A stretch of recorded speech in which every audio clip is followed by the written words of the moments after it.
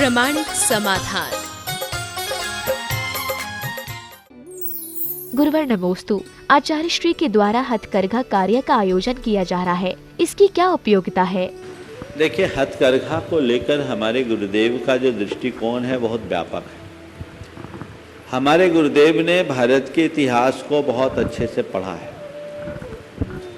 और उन्होंने एक सूत्र दिया है कि भारत को भारत का आदर्श बनाओ। जब हम भारत को भारत का रोल मॉडल बनाएंगे तभी सच्चे अर्थों में भारत का समुचित विकास कर पाएंगे। हम जब भारत के सुदूर इतिहास में झांक कर देखते हैं तो पाते हैं एक समय था जब भारत में कोई भी बेकार नहीं था, कोई भी बीमार, कोई भी भिखारी नहीं था, कोई भी चोर नहीं था, कोई भी याचक नहीं था। हर व्यक्ति के पास इतना कौशल था, क्षमता थी कि वह अपना पेट भर लेता था, अपना ही नहीं अपने साथ दो चार का पेट भरने में भी समर्थ रहता था। आज वह व्यवस्थाएं खत्म हो गई। भारत की अर्थव्यवस्था की रीढ़ टेक्सटाइल इंडस्ट्री थी।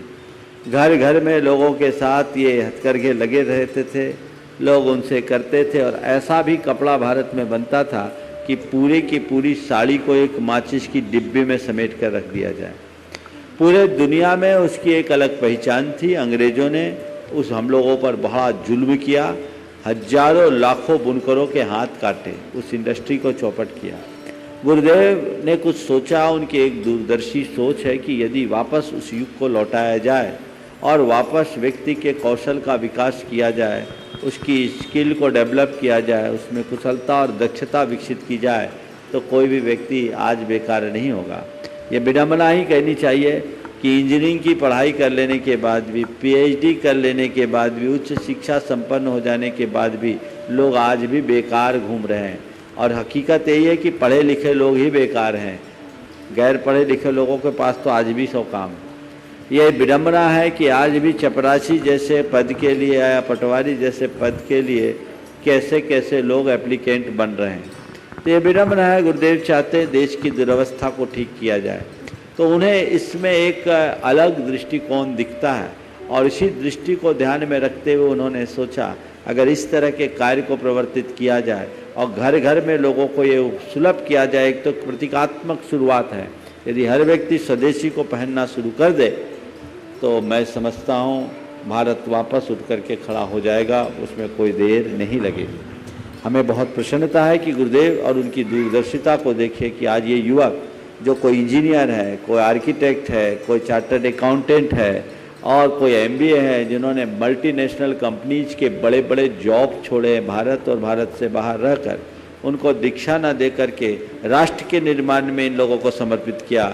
ये हमारे गुरुदेव का एक बहुत बड़ा राष्ट्र कर्म है जिसे सदियों तक याद किया जाएगा।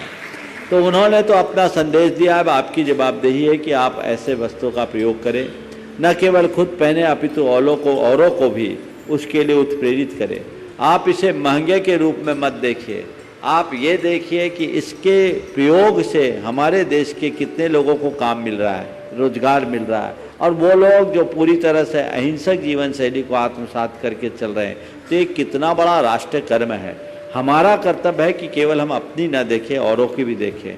आज ब्रांडेड युग है। आज एक आदमी 5,000 और 10,000 का टी शर्ट खरीदने के लिए तैयार है जो बाहर की मल्टीनेशनल कंपनी की है। एक व्यक्ति भी आए, उन्हें अपने बेटे को मेरे सामने कहा, महाराज जी इसको थोड़ा समझाइए। बॉस की टी शर्ट लाए, बॉस लिखा था अकेले, और पता लगा वो टी शर्ट 12,000 रुपये की थी।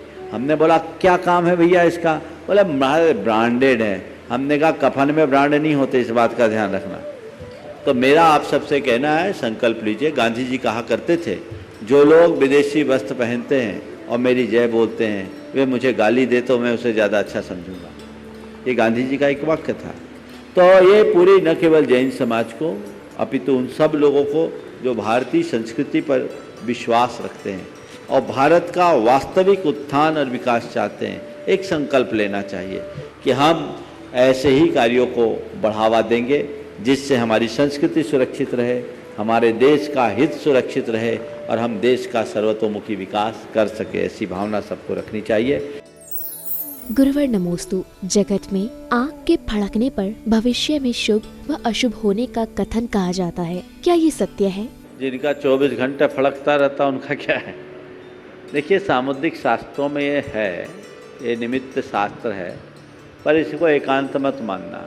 कभी कभी वायु के विकार से भी होता है और ये फड़कते रहता है, इसलिए इसमें दिमाग लगाने से कोई लाभ नहीं है। हाँ, यदि ऐसा लगता है तो उस समय एक ही उपाय है। अगर कोई ऐसा अपशकुन हो तो आप नमो काल मंत्र की जाप कर लें और थोड़े देर का समय, अगर उस समय कुछ करने जा रहे हैं, कोई निर्णय ले रहे हैं, तो उस समय को टाल दें। केवल इसलिए कि उस समय यदि हमारा दिनमान खराब हो, कालचक्र खराब हो, तो उस कालावधि को हम प्रभु आराधना के निमित्त से टाल दें, तो ये ठीक है, पर लकीर के फकीर बनने का कोई औचित्य नहीं। गुरुवर नमोस्तु। सोने की लंका में रहने वाले रावण, कुंभकर्ण और विभीषण में से किसके आदर्श को आत्मसात करें? मैं कहता हूँ तीनों के अच्छाइयों को कुछ कुछ अंशों में आत्मसात करो। रावण की शक्ति, रावण की निष्ठा, रावण की भक्ति को अपना आदर्श बनाना, रावण के अभिमान से दूर रहना। कुंभकर्ण से उसके भ्रातृ प्रेम को सीखना, लेकिन कुंभकर्ण का चरित्र जैसा अन्य रामायणों में बताया, उसके आधार पर बता रहा हूँ, उसके आलस्य से बच के रहना। और विभीषण को कहते हैं कि वो घर का भेदी है, लेकिन सच्चे अर्थों में देखा जाए तो आध्यात्म के मार्ग में वही चल पाता है जो घर के भेद को खत्म कर पाता है। तो ये समझ लो, विभीषण का जो आदर्श है वो हमारे सम्यक्त्व का आदर्श है। मैंने एक बार इसकी व्याख्या की थी, आध्यात्मिक व्याख्या, तो उसमें रावण को हमने मिथ्यात्व का प्रतीक माना था। वो हमारा मिथ्या अभिमान है और जो हमें संसार में उलझाता है, उस अभिमान के कारण वह अपने भीतर की जो सात्विक अनुभूति उसे नहीं कर पाता और बाहर की तरफ भटकता चलता है, युद्ध में उसका पराजय होता है। और कुंभकर्ण, जिसके बारे में ऐसा कहा जाता है कि 6 महीना सोता 6 महीना जागता, इसे मैंने एक प्रतीक के रूप में रखा। उसे मैंने सम्यक मिथ्यात्व का प्रतीक माना, जो आधा इधर आधा उधर जीता है। और विभीषण को मैंने सम्यक प्रकृति का प्रतीक माना, जो मोह के घर को भेद कर प्रभु राम की शरण में चला गया, सम्यक की राह को पकड़ गया और अपने जीवन का उत्थान कर गया। आपने जिस संदर्भ में मुझसे सवाल किया है, उस सवाल में मैं यही कहूँगा, तीनों की अच्छाइयों को अपनाओ और बुराइयों से अपने आप को बचाओ। गुरुवर नमोस्तु। क्या आगामी तीर्थंकर श्री कृष्ण को सम्यक दर्शन की प्राप्ति हो गई है? श्री कृष्ण के चरित्र को हमारे पुराणों में बहुत अच्छे तरीके से रखा है और नारायण श्री कृष्ण सम्यक दृष्टि थे। उन्होंने तीर्थंकर प्रकृति का बंध भी कर लिया है और आने वाले 16वें तीर्थंकर होंगे, इसमें कोई संशय नहीं है। वो निकट भव्य जीव। गुरुवर नमोस्तु। आज 2 रिश्तों में अथवा वैवाहिक संबंध में हर छोटी बात पर दरारें आने लगी हैं, इसके क्या कारण हैं? और इस तरह की घटनाएं अब आम होते जा रही हैं और मैं देखता हूँ आजकल लोग सुलह कराने वाले कम, सुलगाने वाले ज़्यादा होते हैं। ऐसी जब भी स्थिति आती है, लोग उल्टी पुल्टी सलाह दे करके उन्हें भड़काते हैं, जो कतई उचित नहीं है। अपनी परिस्थितियों को देखते हुए थोड़ा समझौतावादी दृष्टिकोण अपनाना चाहिए। हर कोई खराब नहीं होता। यदि मुझे हर व्यक्ति खराब दिखता है तो तय मान करके चलना, कहीं न कहीं मेरी दृष्टि में खराबी है, इसलिए मुझे सब खराब दिखता है।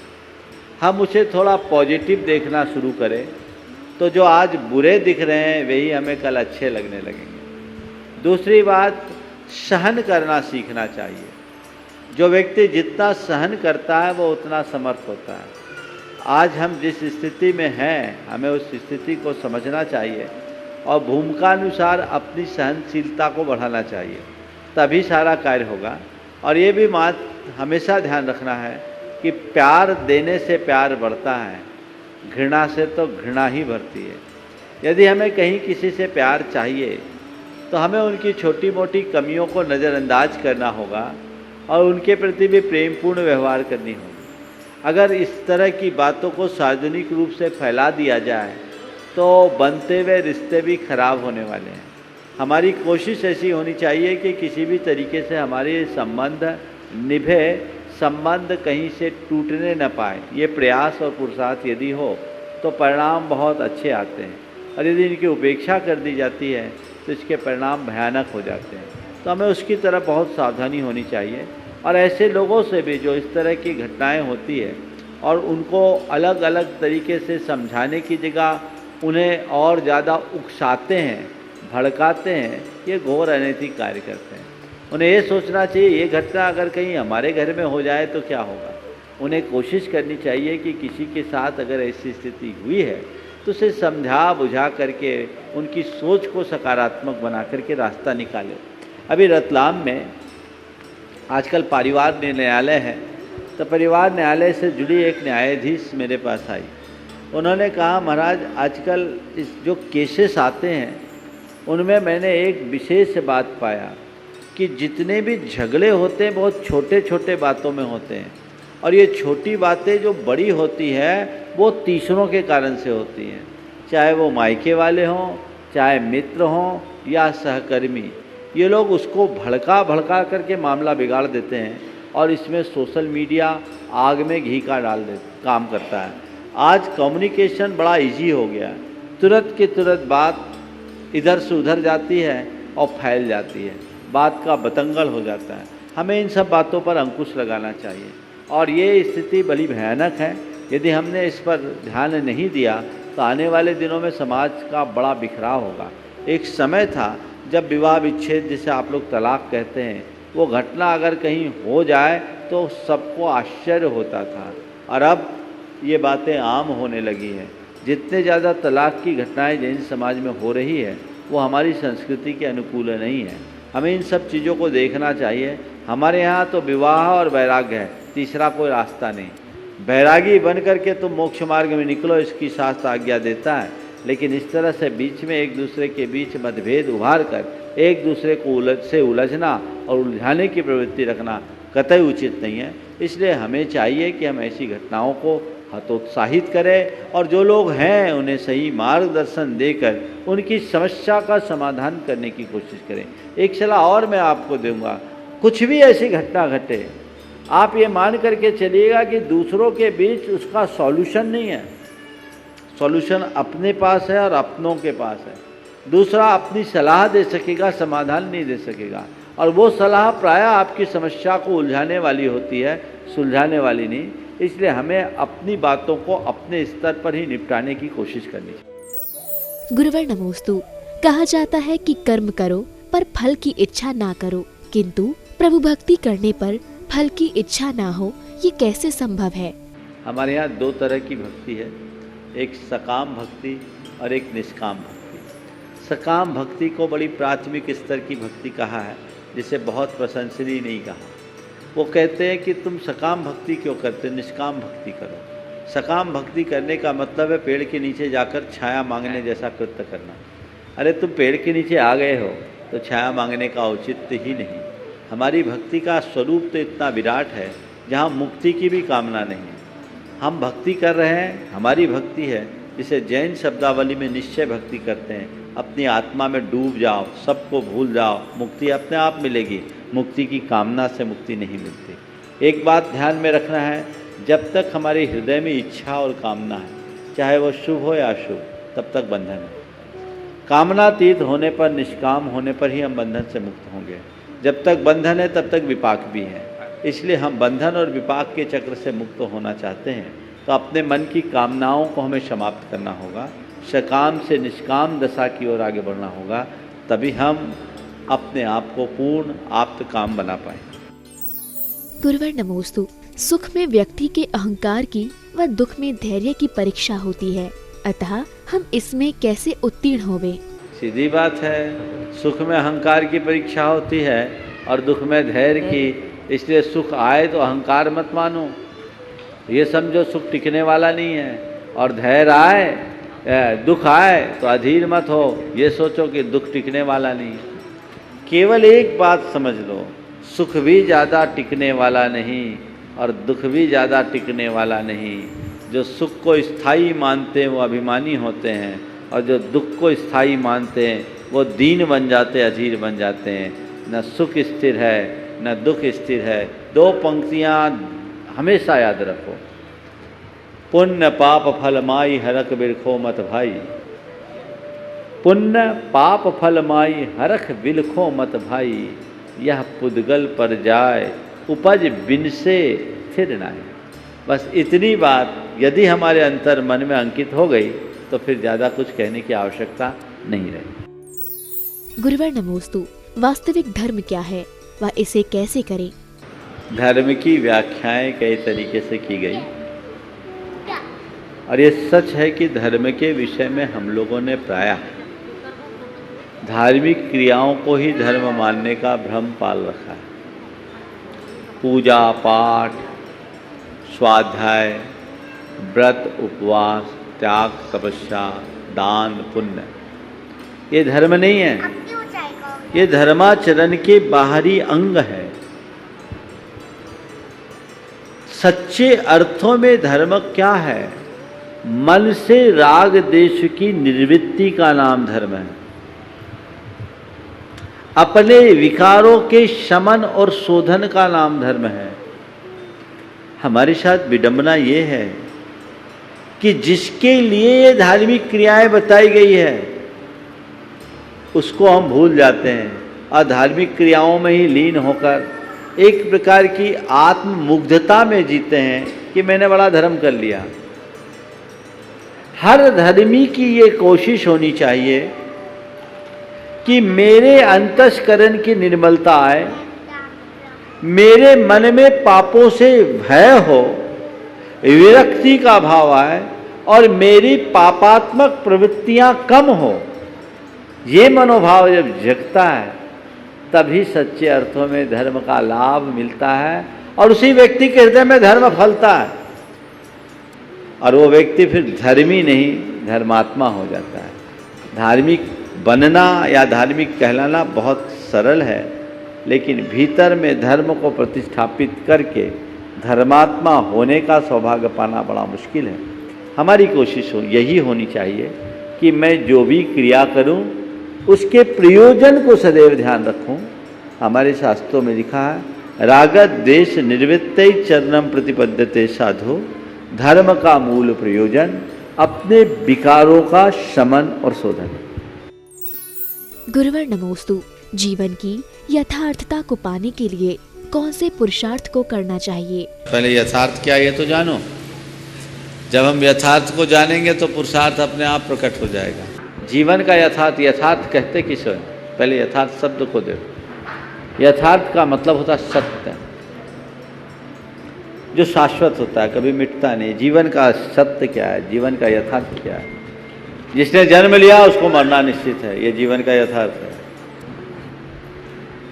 ना हम कुछ लेकर आए हैं ना लेकर जाएंगे, ये जीवन का यथार्थ है। न कोई हमारा है न हम किसी के होंगे, ये जीवन का यथार्थ है। और जैसा करेंगे वैसा भरेंगे, ये जीवन का यथार्थ है। जिस दिन इस यथार्थ का बोध हो गया दिशा बदल जाएगी। बुद्ध ने जीवन के यथार्थ को देखा, वो बुद्धत्व के रास्ते पर चले गए। हम इस यथार्थ को जानते हुए भी स्वीकारते नहीं, झुठलाते हैं। जन्म लिया, एक दिन मरेंगे, सबको पता है कि नहीं? बोलो, मरना है ना? राजा राणा छत्रपति हाथी के असवार, मरना सबको एक दिन अपने अपनी बार। सब बोलते हैं कि नहीं बोलते हैं?